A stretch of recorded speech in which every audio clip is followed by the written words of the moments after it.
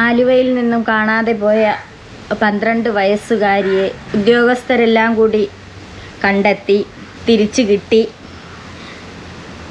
അപ്പോൾ കൂടെ ഉണ്ടായിരുന്ന ആൺ സുഹൃത്ത് എന്നറിയപ്പെടുന്ന അഭിജിത്ത് എന്ന 25 വയസ്സുകാരനെയും കസ്റ്റഡിയിലെടുത്തു. മുഖമൊക്കെ പൊത്തി ഒരു നടത്തയുണ്ട്. മുഖം പൊത്തുന്നത് എന്തിനാണ്? പല ഇതിലും കണ്ടിട്ടുണ്ടായിരുന്നു ക്യാപ്ഷനുകൾ. കുട്ടിയെ തട്ടിക്കൊണ്ടുപോയി എന്ന്.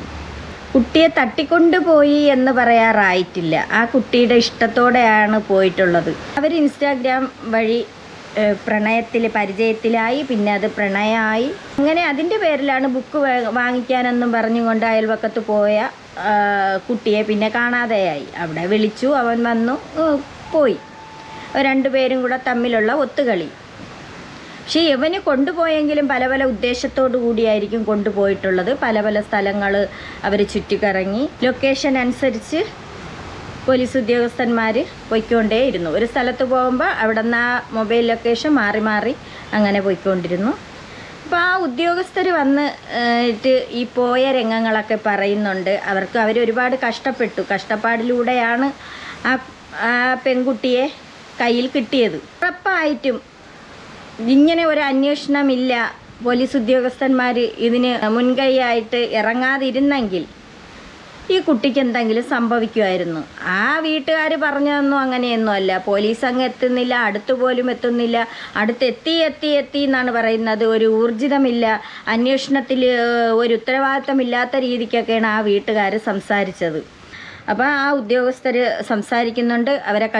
അവരെന്തുമാത്രം കഷ്ടപ്പെട്ടു ഇങ്ങനെ കൊണ്ടുവരാനായിട്ട്. ഇവൻ്റെ പേരിൽ, ഈ അഭിജിത്തിൻ്റെ പേരിൽ വേറെയും ഇതിനു മുമ്പ് കേസ് ഉണ്ടായിരുന്നു. പോലീസിൻ്റെ അന്വേഷണത്തിലൂടെ തന്നെ മനസ്സിലായത് അവന് ക്രിമിനൽ പശ്ചാത്തലമുള്ള ഒരുത്തനായിരുന്നു. ഇങ്ങനെയുള്ള ഒരുത്തൻ്റെ കയ്യിലാണ് ഈ പെൺകുട്ടിയെ കിട്ടിയത്. എങ്ങനെയുള്ള ഒരു മനുഷ്യനായിരുന്നാലും പിന്നെ തട്ടിക്കൊണ്ടുപോയെന്ന് പറഞ്ഞിട്ട് കാര്യമില്ല. പെൺകുട്ടിയുടെയും കൂടി ഇഷ്ടത്തോടു കൂടിയാണ് പോയത്, സമ്മതത്തോടു കൂടിയാണ് പോയത്. എങ്കിൽ ഓരോരുത്തർ ചോദിക്കുന്നുണ്ട്, കമൻറ്റുകൾ ഒരുപാട് കണ്ടതാണ്, കൊച്ചുകുട്ടിയല്ലേ എന്ന്. ബുദ്ധി അപാരമായിരുന്നു കൊച്ചുകുട്ടിയായിരുന്നാലും. വെസ്റ്റ് സ്റ്റേഷനിലെ SI സതീഷ് നേതൃത്വത്തിലുള്ള പോലീസ് സംഘം പല സ്ഥലങ്ങളിൽ, മഹാരാഷ്ട്ര കേന്ദ്രീകരിച്ച് പല സ്ഥലങ്ങളിൽ ടവർ ലൊക്കേഷനെ കേന്ദ്രീകരിച്ച് നടത്തിയ അന്വേഷണത്തിനൊടുവിലാണ് ആ കുട്ടിയെ 4-ാം ദിവസം നാട്ടിലെത്തിച്ചത്. ഒരു ആലുവ സ്കൂളിന്റെ പ്രവർത്തനം തന്നെയായിരുന്നു. ഒരുപാട് വെല്ലുവിളികൾ അന്വേഷണ സംഘം നേരിട്ട കാര്യത്തിൽ സംശയമില്ല. എനിക്കൊപ്പം ഈ ടീം തന്നെ ചേരുന്നുണ്ട്. ഈ പെൺകുട്ടിയെ പുണയിൽ നിന്ന് കണ്ടെത്തി ഇവിടെ ആലുവയിലേക്ക് കൊണ്ടുവന്ന അന്വേഷണ സംഘം തന്നെ ചേരുന്നുണ്ട്. സാറേ, എത്രത്തോളമായിരുന്നു വെല്ലുവിളി? എന്തൊക്കെയായിരുന്നു അനുകൂലമായ സാഹചര്യം അന്വേഷണത്തിൽ? ഒരുപാട് വെല്ലുവിളികളുണ്ടായിരുന്നു.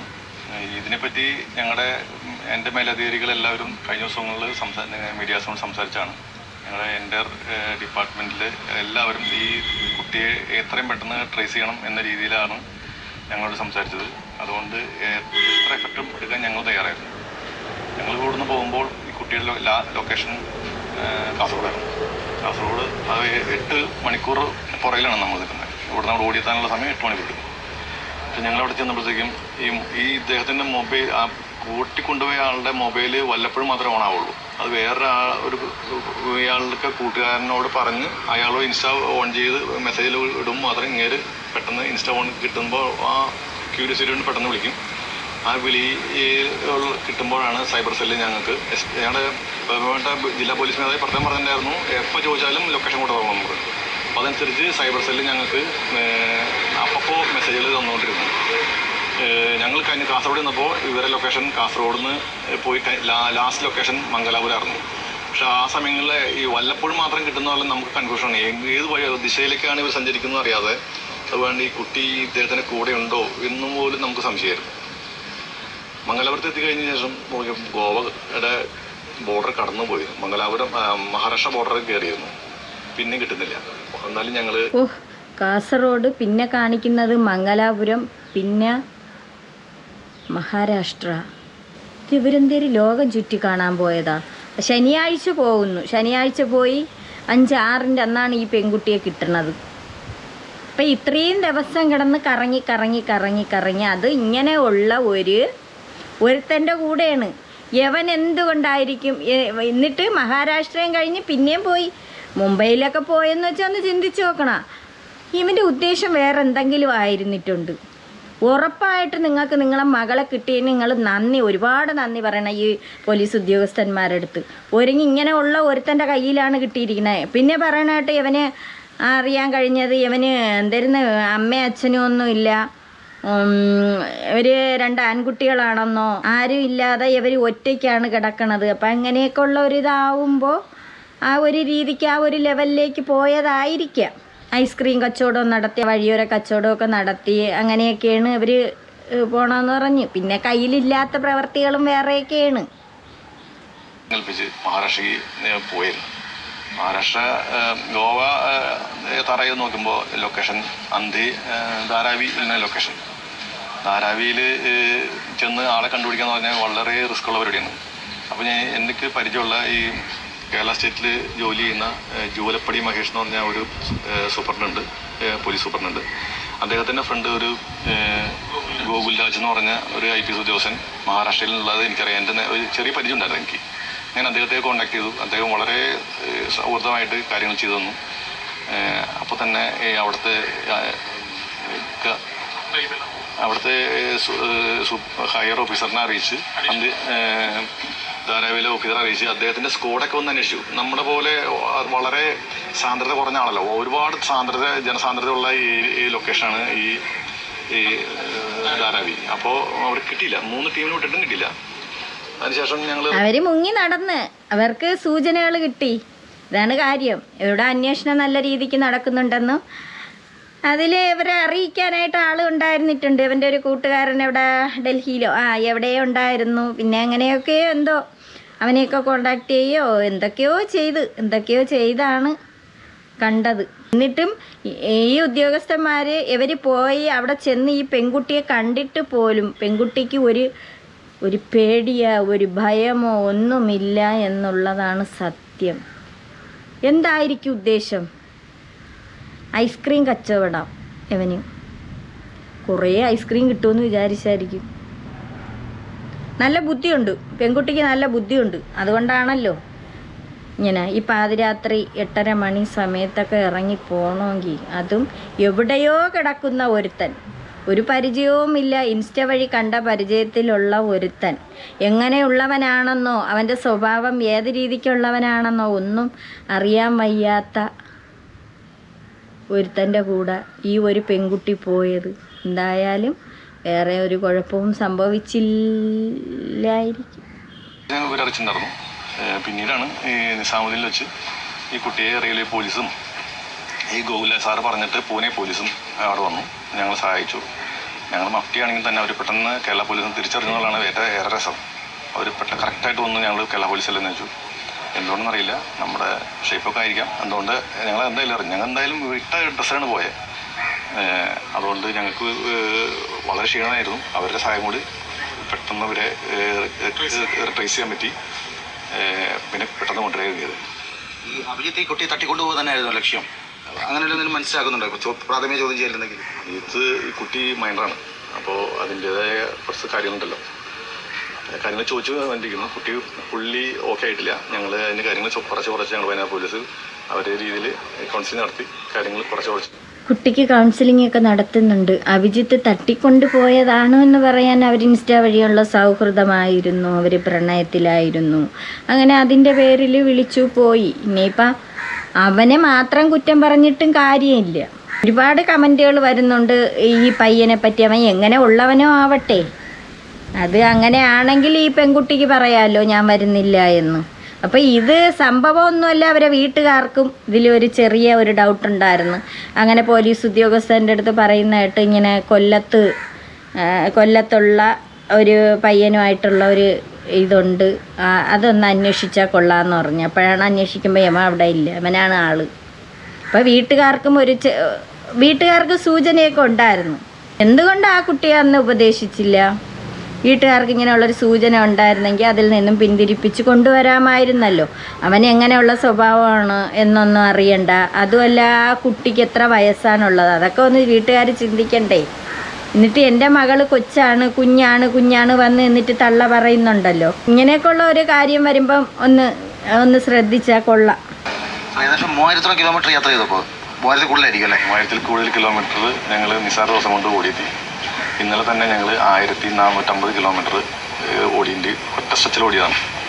2 പേരുണ്ടായുള്ളൂ. എന്നാലും എത്രയും പെട്ടെന്ന് കുട്ടിയെ കോടതി ഹാജരാക്കി ഇവരുടെ പാരൻസ് എത്തിക്കുക, അത് ഞങ്ങൾ തോറ്റു. എങ്ങനെയുണ്ടായിരുന്നു സാറേ യാത്ര?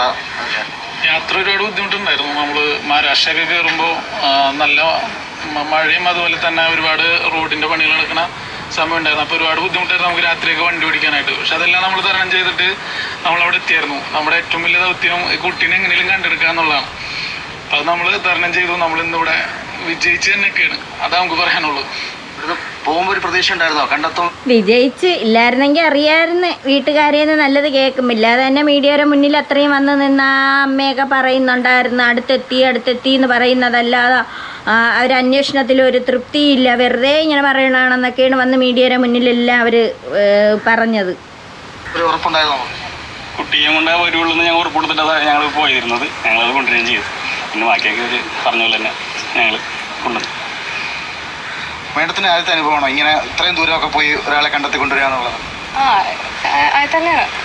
കാരണം ഒരു മെച്ചൂരിറ്റി ഇല്ലാത്ത പ്രായമല്ലേ, 12 വയസ്സല്ലേ ആയിട്ടുള്ളൂ. ആർക്കും ചൂഷണം ചെയ്യാൻ പറ്റിയ പ്രായമാണ്. അതൊക്കെ ശരി തന്നെ. ആർക്കും ചൂഷണം ചെയ്യാൻ പറ്റിയ പ്രായമാണെങ്കിലും കൊച്ചിന് ബുദ്ധി ഇത്തിരി കൂടുതലായിരുന്നു. അതുകൊണ്ടാണല്ലോ ഇങ്ങനെ കാണിച്ചത്. അപ്പോൾ നമ്മുടെ നാട്ടിൽ നിന്നൊക്കെ അകലെ ഇങ്ങനെ അറിയപ്പെടാത്ത നഗരത്തിലേക്കല്ലേ പോകുന്നത്. എന്ത് സംഭവിക്കാം. അപ്പോൾ ഒന്നും പറ്റരുത്, അത് മാത്രം നമുക്ക് മനസ്സിലുണ്ടായിരുന്നത്. കുട്ടിക്കൊന്നും ആപത്തൊന്നും പറ്റാതെ ഇങ്ങനെയും കിട്ടണം, അത് മാത്രം ലക്ഷ്യമായിരുന്നു. മഹാരാഷ്ട്ര ഇപ്പോൾ സാറ് പറയുന്നത് ധാരാവി എന്നൊക്കെ പറയുന്നത് ഭയങ്കര കൺജസ്റ്റഡ് ആയിട്ടുള്ള ഏരിയയാണ്. അവിടെ പോയി എവിടെ കണ്ടുപിടിക്കാൻ നോക്കുക പോലും ബുദ്ധിമുട്ടായിരുന്നു. ടെൻഷനായിരുന്നു, ഭയങ്കര ടെൻഷനായിരുന്നു. അങ്ങനെ ചെന്ന് പെട്ടാൽ നമ്മൾ ഇങ്ങനെ കുട്ടിയെ കണ്ടുപിടിക്കുന്നൊക്കെ ഭയങ്കര ഒരു ടെൻഷനായിരുന്നു ആ സമയത്തൊക്കെ. കുട്ടിയെ കണ്ടപ്പോൾ കുട്ടിയുടെ അവസ്ഥ എന്തായിരുന്നു? പേടിച്ചൊക്കെ നിൽക്കുമായിരുന്നു? എന്തായിരുന്നു അതിൻ്റെ അവസ്ഥ? അത് ഒന്നും പേടിയല്ല, ഒന്നും അറിയില്ലല്ലോ. അതിന് അങ്ങനത്തെ ഒരു പ്രായമല്ലേ, ടെൻഷനല്ല. എല്ലാവരും കണ്ടും പിന്നെ അങ്ങനെ ഇനി ഒന്നും അറിയില്ലെന്ന് പറയുമ്പോൾ അവൻ വിളിച്ചപ്പോൾ എന്തായാലും അവൻ തട്ടിക്കൊണ്ട് പോയതല്ല എന്ന് പൂർണ്ണമായിട്ടും അറിയാം. പുസ്തകം വായിക്കാൻ ഇറങ്ങുന്നു എന്നുള്ള രീതിക്ക് ആ കുട്ടി ഇറങ്ങി രാത്രിയിലാണ്. അപ്പോൾ അവനെ അവിടെ വിളിച്ച് വരുത്തി അതിന് പോകണമെന്നുള്ള ഇഷ്ടത്തോടു കൂടിയാണ് അത് പോയത്. എന്നാലും പ്രായം കുറവായതുകൊണ്ട് എല്ലാവരുടെ മനസ്സിലും ഒരു പേടിയായിരുന്നു. പോരെങ്കിൽ ഇങ്ങനെയുള്ള ഒരുത്തനാണ്, എങ്ങനെയുള്ള ഒരുത്തനാണ് എന്നൊന്നും അറിയാൻ പറ്റൂലല്ലോ. വീട്ടിലുള്ളവർക്ക് അറിയാമായിരുന്നിട്ടുണ്ട് എവനാണ് കൊണ്ടുപോയതെന്നും എല്ലാം അറിയാമായിരുന്നു. പിന്നെ അവരൊരു ഉദ്ദേശത്തിൻ്റെ പുറത്ത് അവരിങ്ങനെ അങ്ങ് അതും ഇതുമൊക്കെ പറഞ്ഞ് എൻ്റെ മോള് ഒരു ജോഡി ഉടുപ്പിട്ട് ഒരു ജോഡി ഇട്ടുകൊണ്ടാണ് പോയതെന്ന്. പിന്നെന്തേലും മോള് കല്യാണത്തിന് പോയതാ, ഒരു ജോഡി ഇട്ടുകൊണ്ട് പോയതാ. ഇങ്ങനെ കുറച്ച് ഡ്രസ്സും കൂടെ എടുത്ത് നേരെ അങ്ങ് അടുക്കി വെച്ച് കൊടുക്കണമായിരുന്നു. പറയണേനൊരു ഇതില്ലേ, ആ പോലീസന്മാരെ കഷ്ടപ്പാടെ 3000 കിലോമീറ്റർ അവർ താണ്ടിയാണ് സഞ്ചരിച്ചാണ് അവർ എങ്ങനെയെങ്കിലുമൊക്കെ അവർ കണ്ടുപിടിച്ചത്. അത്രയും കഷ്ടപ്പാടായിരുന്നു. ഉദ്യോഗസ്ഥന്മാർക്ക് വളരെ നന്ദിയുണ്ട് ഇത്രയും കഷ്ടപ്പെട്ട് ഈ പെൺകുട്ടിയെ പോയി പൊക്കിയെടുത്തുകൊണ്ട് വന്നത്. അങ്ങനെ എത്തിപ്പെട്ടു. നമ്മൾ കണ്ടപ്പോൾ അതിന് എന്താന്നുള്ളൊരു കൺഫ്യൂഷനായിരുന്നു. മൊത്തം കൺഫ്യൂഷനായിരുന്നു ആൾക്ക്, എന്താ സംഭവിക്കുന്നുള്ളത്. എന്താണ് സംഭവിക്കുന്നത് എന്നത് അതിൻ്റെ മനസ്സിൽ കൺഫ്യൂഷനായിട്ട് നിന്നെങ്കിൽ അത് വിചാരിക്കണു, ഈ സാധനങ്ങളൊക്കെ ഇതൊക്കെ എവിടെ നിന്ന് വന്നു, വരാതിരുന്നെങ്കിൽ എന്നെ കൊണ്ടുപോകാൻ വന്നതാണല്ലോ എന്നൊക്കെ ആയിരിക്കും. അത് ചിലപ്പോൾ പ്രാവിക്കൊണ്ടായിരിക്കും നിന്നിട്ടുള്ളത്. ഭയങ്കര ബുദ്ധിയുള്ള വെച്ച്. 4 ദിവസം നിങ്ങളുടെ ഊണും ഉറക്കവും ഒക്കെ കഴിഞ്ഞൊരു അന്വേഷണം ഇപ്പോൾ കിട്ടിയപ്പോൾ ചരിതാർത്ഥ്യം പറഞ്ഞു അല്ലേ? സത്യം, സന്തോഷം. തീർച്ചയായും അതാണ് ആദ്യം പറഞ്ഞത്. ഇവിടുന്ന് പോകുമ്പോൾ അല്ല, എല്ലാവരെയും മനസ്സിൽ അതൊരു കൊച്ചു കുട്ടിയാണല്ലോ. പക്ഷെ അതിൻ്റെ മനസ്സിൽ അത് വലുതായ ഒരു ഓർമ്മയായിരുന്നു.